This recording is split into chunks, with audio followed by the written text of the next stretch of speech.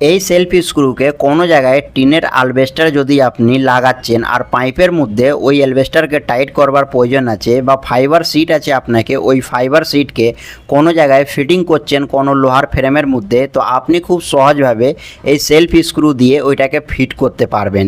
তো ফিট করবার জন্য এই সেলফ স্ক্রু কিভাবে ওই লোহার কোনো পাইপ বা কোনো অ্যাঙ্গেলের মধ্যে টাইট করা হয় আজকের এই ভিডিওর মধ্যে আপনাদের সাথে শেয়ার করব। তো সেলফ স্ক্রুকে টাইট করবার জন্য এই রকম ড্রিল মেশিনের মধ্যে আপনাকে একটা গটি লেগে দিতে হবে। যেমন আমার এই সেলফ স্ক্রু এর যে হেড হচ্ছে এইটা 8 mm, তো আপনাকে 8 mm এর গটি ড্রিল মেশিনের মধ্যে টাইট করে নিতে হবে। যেইখানে এই সেলফ স্ক্রু পাওয়া যায় ওই জায়গায় এর গটিও পাওয়া যায়, খুব সহজভাবে আপনি পেয়ে যাবেন।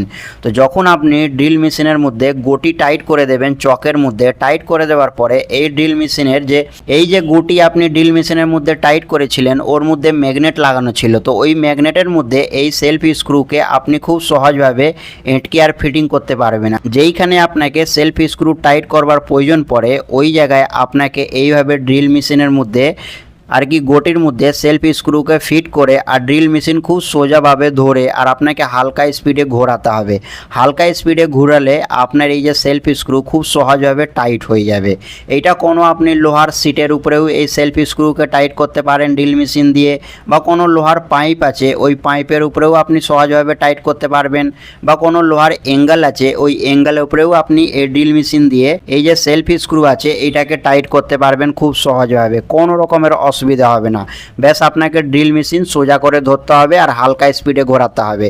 এই যে সেলফ স্ক্রু আছে এর আগের দিকে ছুঁচ মতন তৈরি করা থাকে, আর যেই রকম ড্রিল বিট হয় ওই ড্রিল বিটের মধ্যে ধার থাকে, এরকম এই যে সেলফ স্ক্রু আছে এটাকে অনেকজন SDS স্ক্রু বলে। তো এই স্ক্রুপের মধ্যেও ড্রিল মেশিনের মতন ধার তৈরি করা থাকে। তো ওই ধার হওয়ার কারণে কোনো জায়গায় টাইট করবার জন্য আমাদের আগে ড্রিল করতে হয় না, ডাইরেক্ট আমরা লোহার উপরে বা লোহার কোনো পাইপের উপরে বা অ্যাঙ্গেলের উপরে আমরা ডাইরেক্ট এই ড্রিল মেশিন দিয়ে এই সেলফ স্ক্রুকে টাইট করে দিই আর খুব সহজভাবে টাইট হয়ে যায়। তো আমি একটা ফ্রেমের মধ্যে ফাইবার সিটকে ফিটিং করছি এই সেলফ স্ক্রু দিয়ে।